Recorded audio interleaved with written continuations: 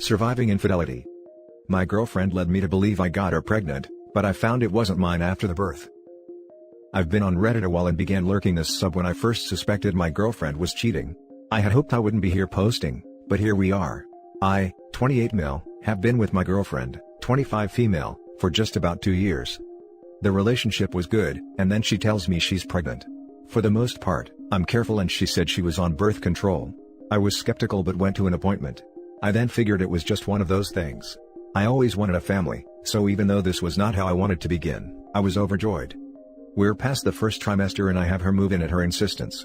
Insert red flag I missed. We're planning what we will do work-wise, and how to set up the baby's room. She is pretty insistent she will go back to work but be able to stay home. She swears she can make it work. I go to every appointment with her. Things are still good. We're in the third trimester and I make my schedule work to still go to every appointment. Up until this point, I had been at each appointment in its entirety.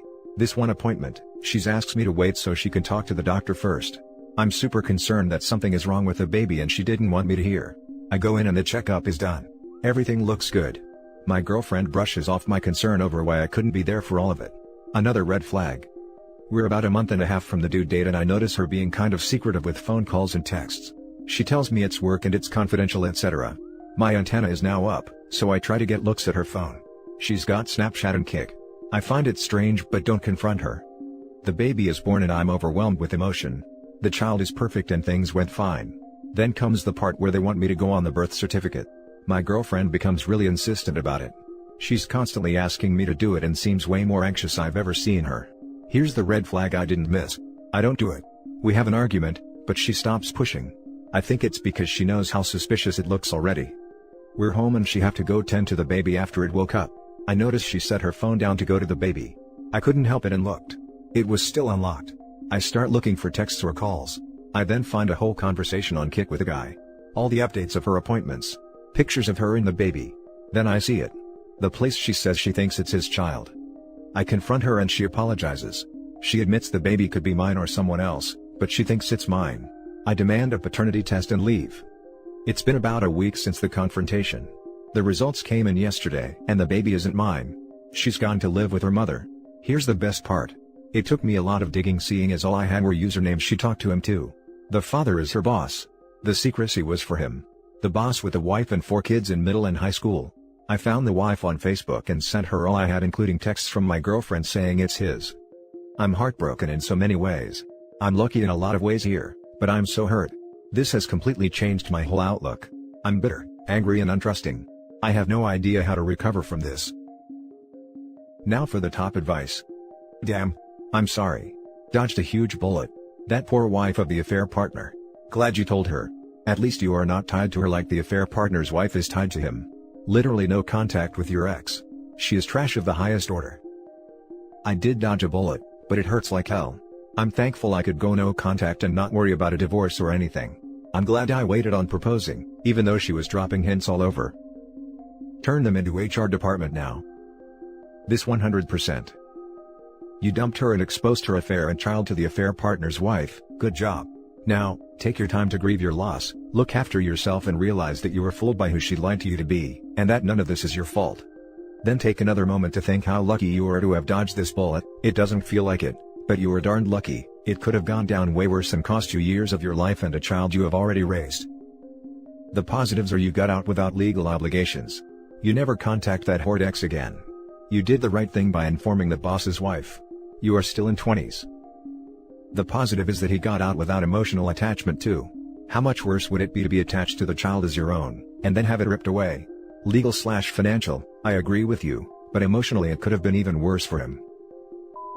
The next story is titled, I, 24 female, just found out via DNA test that my sister, 21 female, is only a half-sister. How do I approach my mother, 40s female, about this? All I want is the truth. Thanks in advance for the advice. I am staying with my mother until the 6th, so I have to talk to her soon. I will hopefully get this sorted out before I leave. Also sorry for the novel, it's been quite the situation. Background, my parents met in college, got pregnant, had me, got married shortly after, then had my sister, we'll call her Laura, 3 years later. They then got divorced when I was about 6. My dad then got remarried to a woman he got pregnant. He and my stepmother have 2 girls now, both a good deal younger than Laura and I. My father gradually left our lives, after making it clear that he had no intention of taking care of us throughout our adolescence and teen years. Laura and I don't have a good relationship with him and have come to terms with only having our mom around. Our mother is a bit nuts, and acts like a teenager due to various amounts of trauma growing up and with having a kid so young. I did a lot of the caring for of Laura when we were growing up, and it was difficult but we managed.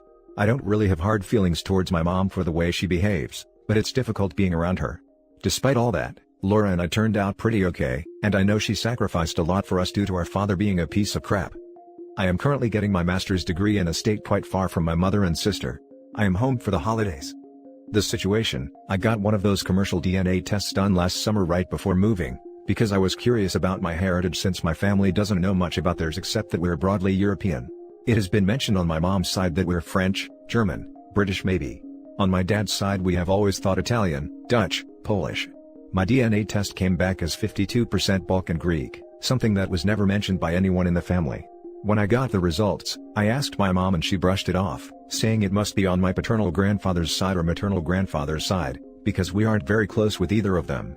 I can for sure say that is not true, because we know my paternal grandfather has a Dutch last name and my maternal grandfather has a German last name. Also, neither of my parents look Greek. Either of them would have to be very Greek for me to be 52%. I told her I don't think so, but she blew it off again. I also discovered through my DNA report that I have a first cousin that I don't know about. I have been in touch with this cousin and her mother is 100% Greek as far as they know. I asked my mother and she says she doesn't know said cousin. Laura and I started talking, and she decided to take a DNA test as well. We got the results back just a bit after midnight on New Year's, and we are in fact only half-sisters. She is also only 5% Greek, but is many of the things we thought on either side of the family. She is also the spitting image of our father, and I look much more like my mother, so we knew she had to be our father's bio child, and that I must have a different biological father. Laura and I have many theories about what went on. We've talked about it a great deal, but we are pretty sure our father still thinks I'm his child, otherwise we're pretty sure he would have brought it up in the divorce. He also treats us both pretty badly, so there's no favoritism to indicate anything. There could be other circumstances, however, I wouldn't be 100% surprised if my mom cheated on my dad. She also lived in California away from my father when she found out she was pregnant, and stayed there until shortly before she gave birth. I wanted to approach my mother and ask her who my father is and what is going on, but I don't know how or what to say.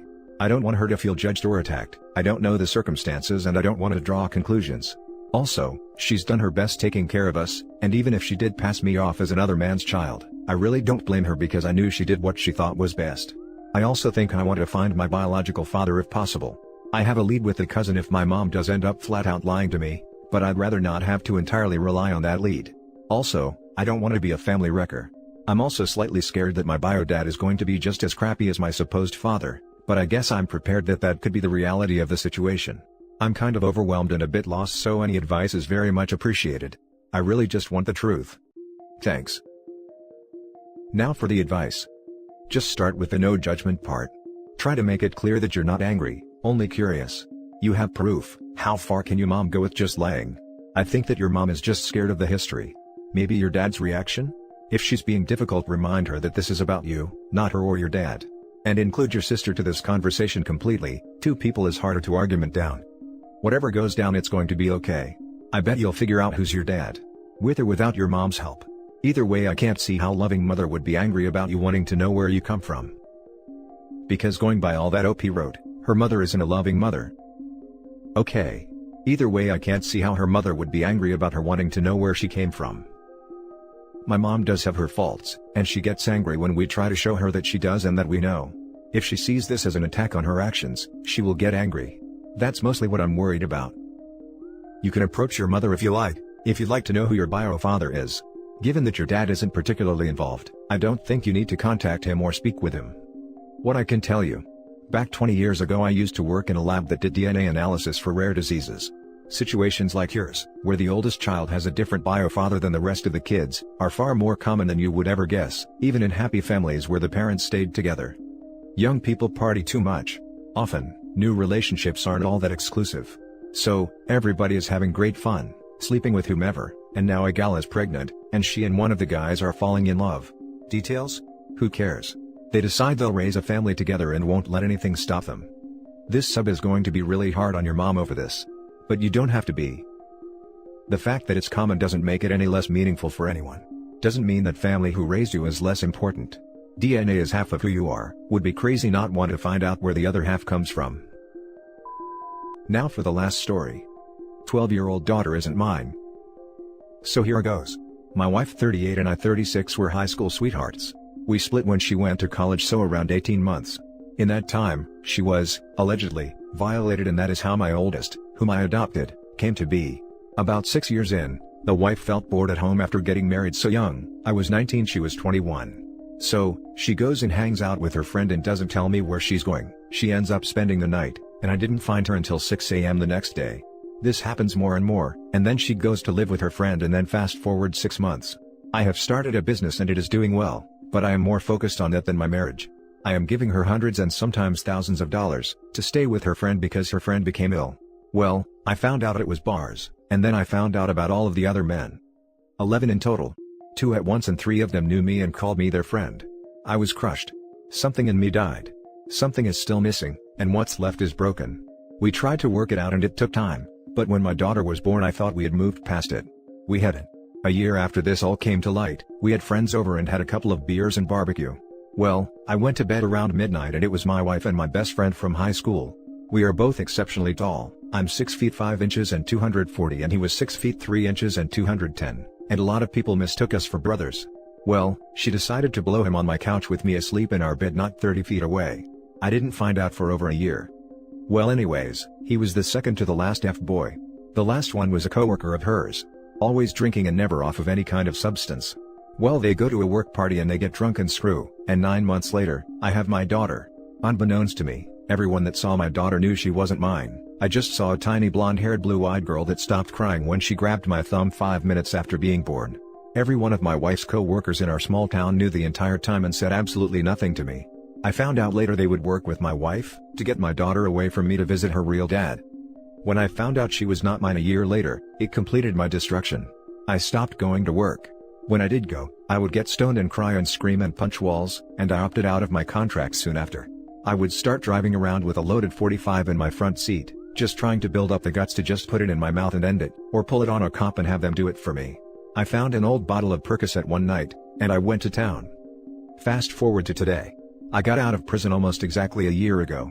6 years for receiving stolen property and possession of controlled substances. I lost my house. My life. Whatever extended family I had has passed on. I got my life together in prison though. Started teaching again, set up and instructed 2 inmate-led programs to help them to develop new coping skills. I have a nice house and I have 2 nice Jeeps that I own outright. I went and got my CDL to boot, and have made nice money that way. My wife and I never got divorced. We didn't talk for 2 years and we started talking the last 3 years of my lockup, and now we live together with the kids. When we got together it was to see if things would work if we were both mature and agreed to certain criteria like therapy. Well, here is the deal. We have been intimate and I feel nothing. I don't feel that deep carnal attraction that we used to have. I don't feel anything other than friendship for her after this last year. I am not in love with her anymore. I don't think that I have been for years. I left the kids once when I was locked up. I can't put them through that again, but I feel like I need to do this and be honest with her if I ever want to fully heal from that trauma. I feel like I need to move from this state and have enough distance to actually focus on rebuilding myself. I came back to the same town and have done a lot to better myself, but I am seeing it for the toxic cesspool it really is. Help. Now for the top advice. So, your wife is a massive lying treacherous garden tool, and you stayed after all that crap. Why? She lied, cheated, had children with other men. Over, and over, and over, and over again. And OP decided to just keep trying, over, and over, and over again. OP has basically wasted his entire life, not only wasted, but ruined it. Because he could not let go. I have no idea how exactly he expects people here to help. He knew what went on when he was 19. And decided to waste another 19 years, all his opportunities, chances, and options. And even if he breaks up now, he adopted those children and is responsible for them. Not that he'll waste another 19 years. Sorry that you had to experience all that. It sounds like you healed from her during your time in jail and were able to leave all that crap behind, including your wife who caused it all. Go to a lawyer and finish what should have happened years ago. Then think about how you want to spend your life and do that. Honestly bro. I was an orphan. I have abandonment issues, and I had nowhere to go when I was released. It was life on the street with no money, or deal with my marriage problems and try and build a life from that. And you still fought and rebuild yourself up? Just take a minute to see how your life will be without your cheating ex in your life. I can say you'll be more happy and free in a while. You can still be a dad to your daughters, while working as a co-parent. And that's it for this video guys. If you have thoughts to share, leave a comment below. Don't forget to hit like and subscribe if you like this content. I'll catch you in the next one. Good day everyone.